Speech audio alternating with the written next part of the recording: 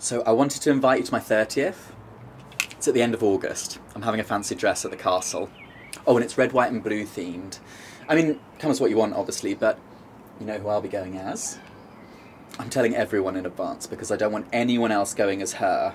I want to be the only Lady Di there. What, do you think it's weird that I'm going as her? Well, why is that weird? Because she's a woman or because, well, you know, she's dead? Anyway, why is it okay for women to dress like men? But oh God, if a man wears a dress or makeup, everybody thinks it's weird. It's 2017, get over it. And it's fancy dress, and it's my birthday, and it's going to be fantastic.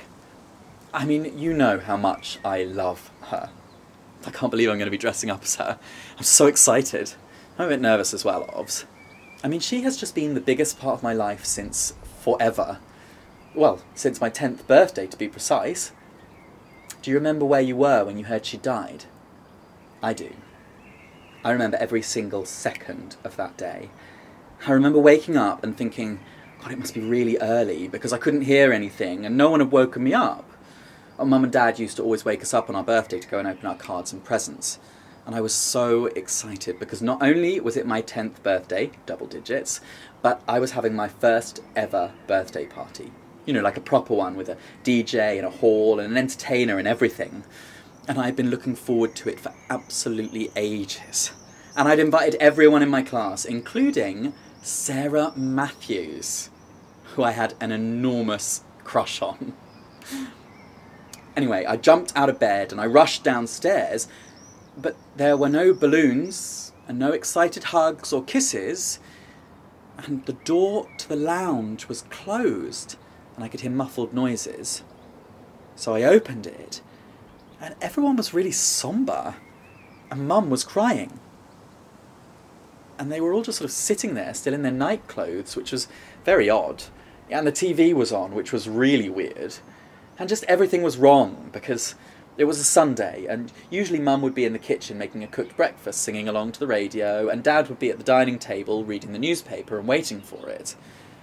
And Mum saw me, and she sort of did this gulp in, like she was trying to hold her tears back.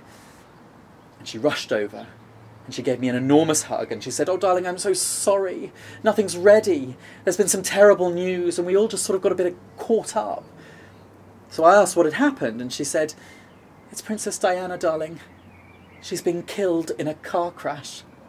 And then she burst into tears again, and Dad got up and came over and gave her a hug. And I looked at them, and I looked at my sister Valerie, who was sitting on the sofa, and I turned to the TV. And there it was, the news report, and pictures from the scene, with the crashed car and the police lights. And I remember everything just sort of swimming in my head. And I just felt as though I was really detached from everything, like I was watching a movie.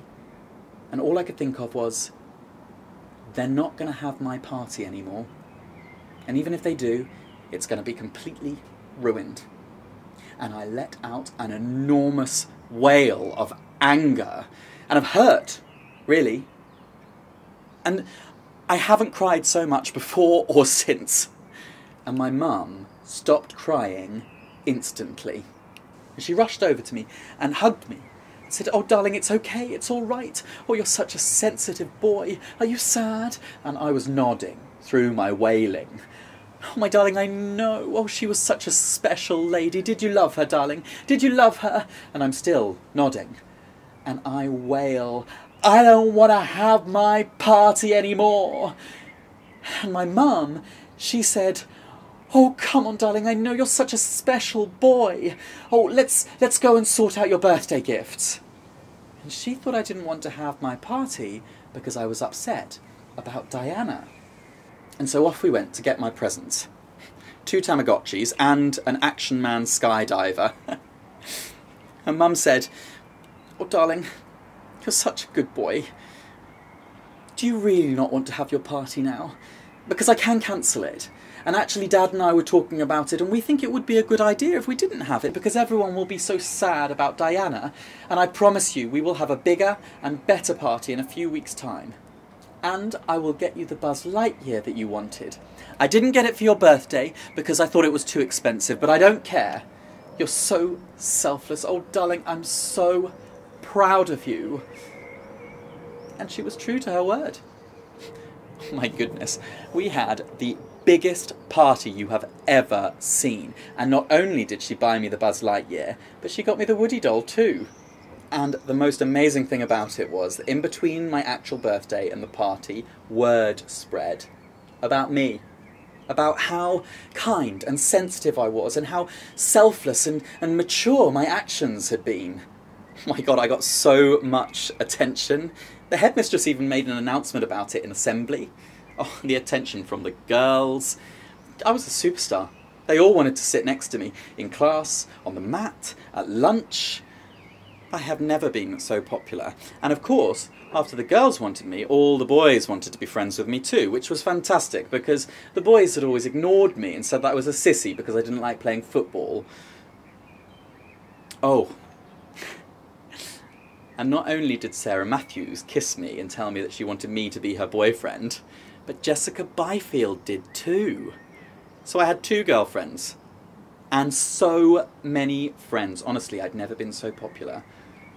And it was all thanks to Princess Di. And that was a turning point, really. It's kind of been the same ever since. I've never had any trouble getting women to love me or support me. You just need to act selfless and turn on the waterworks every now and then. Works like a dream. So, Sunday the 27th of August, the castle, 7:30, fancy dress, and not Diana, okay? Yes? Right.